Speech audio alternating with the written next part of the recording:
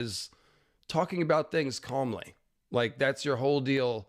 All of your hosts, like, you have different guests on, you have debates, you have conflicting opinion, you speak outside the sort of normal political framing of things, but everything is always like pretty chill, which makes it a lot easier to listen to, you know?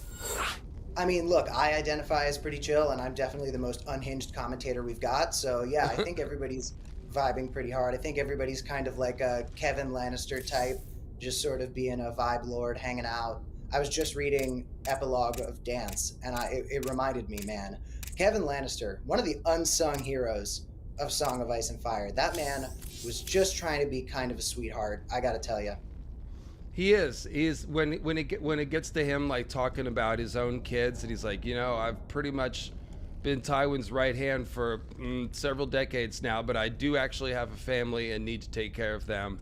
And no, I'm not going to sit here and take your BS, Cersei. Yeah, that was an interesting moment. But the Lannister family, I tell you, Cam, the Lannister family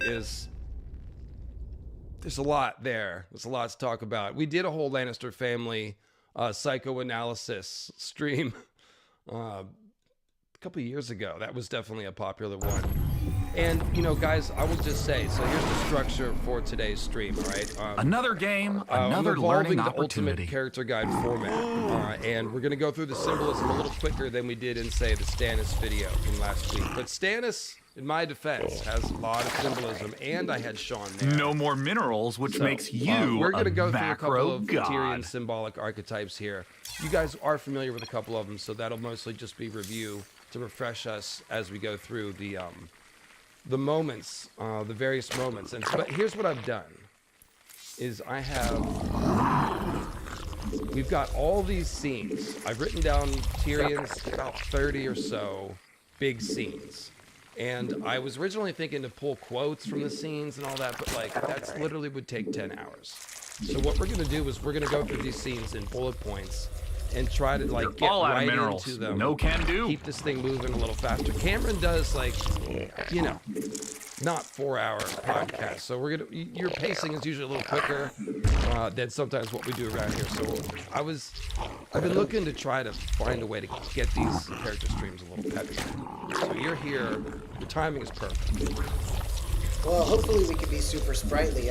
Just to add one thing I did want to talk about from the jump, because I feel like this is sort of an umbrella thing to mention when you're talking about Tyrion Lannister, is I feel like Tyrion himself embodies so much of George's storytelling. He's a character that initially had a very kind of simple and straightforward arc through the trilogy.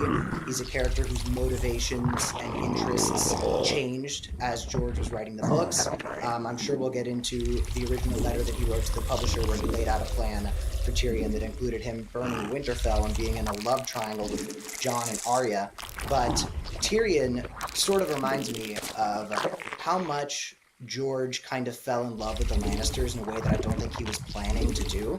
I think that when he started Game of Thrones, the first draft, the Lannisters were just this very villainous, conniving, scheming group. And that's not to say that they don't remain that way, but I think that as we start to get the POV chapters for Jaime, as we really no more minerals, which makes you a macro god.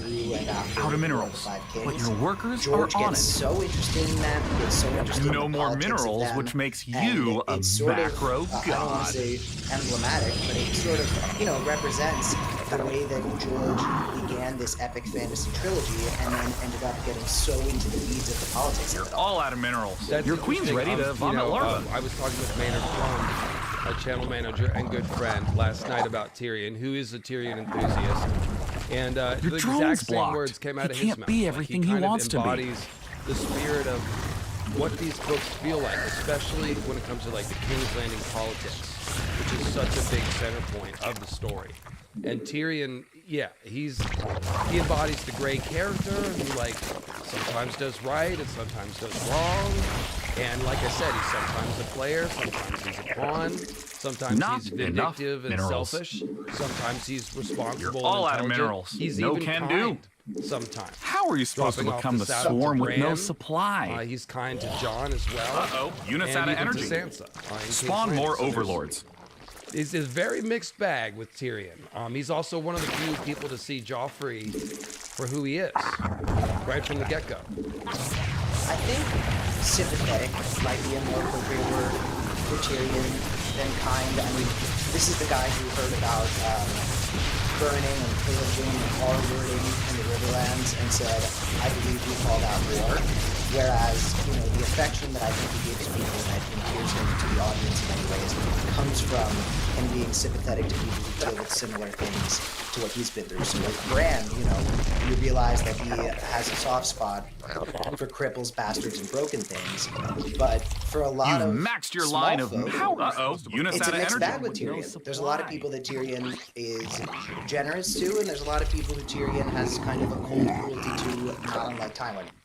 So the case that I'm making is that all of that exists together in one. Not that he is kind across the board. There is the word occasionally.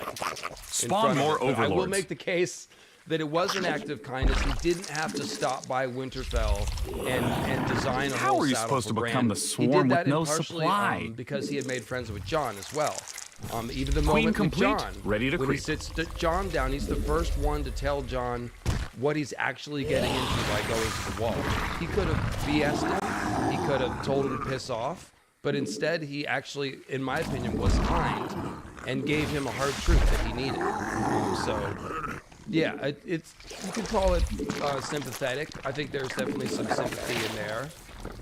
But I guess the point is that he sees Jon as a contemporary just because, look, you wanted to avoid doing quotes because it would have us here for a million years, and I agree, but last one, you know, all cripples are bastards in their father's eyes, right? So I think he saw something of himself in Queen complete. that conversation they had on Winterfell really shines a light on that. Absolutely. And one of the things we're going to see is that Tyrion is a quintessential outsider. He is a trickster. He's a chaos agent. His loyalty shifts. He's not all Team Lannister like his, you know, rest of his family is. So he's definitely, like the fact that he is sort of kind or sympathetic to the Starks when the rest of the Lannister family is completely hostile to them makes him complex kind of right from the get-go.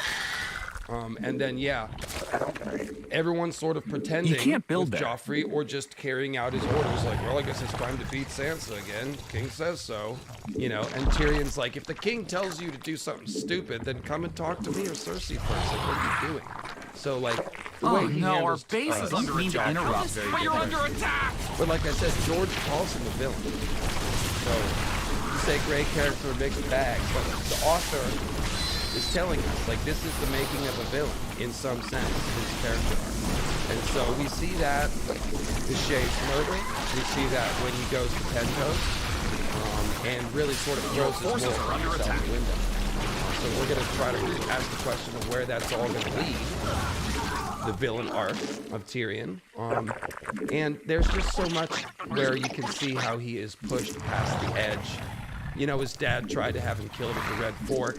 After a lifetime of emotional abuse, he was sexually abused by Cersei as a child, treated poorly by essentially everyone but Jaime and Uncle Garyon.